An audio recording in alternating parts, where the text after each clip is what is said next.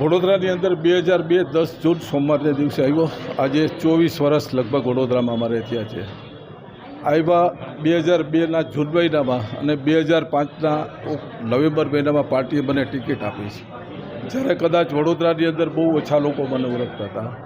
આ જ પાર્ટીએ વડોદરામાં મારી ઓળખાણ આપી છે અને આ ઓળખાણથી વડોદરાની અંદર મારે જેટલું શક્ય બનેલું 24 વર્ષમાં પાર્ટીનું કામ કર્યું છે, લોકોનું કામ કર્યું છે અને ગર્વ સાથે કામ કર્યું છે।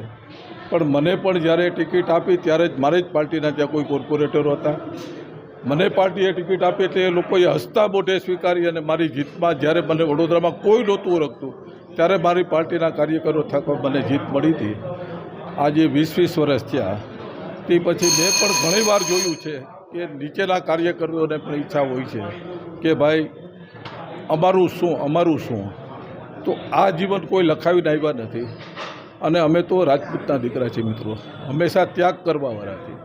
તો મારો કાર્યકર્તા જે મારો ખંભો મિલાવીને મારી સાથે કામ કર્યું છે, ભારતીય જનતા પાર્ટીનું કામ કર્યું, એને આવતા દિવસોમાં તક મળે એ માટે થઈને માત્ર ઇલેક્શન નહીં લડવું પણ સંગઠનમાં આજીવન કામ કરવાની સાથે સાથે મેં જાહેરાત કરી છે।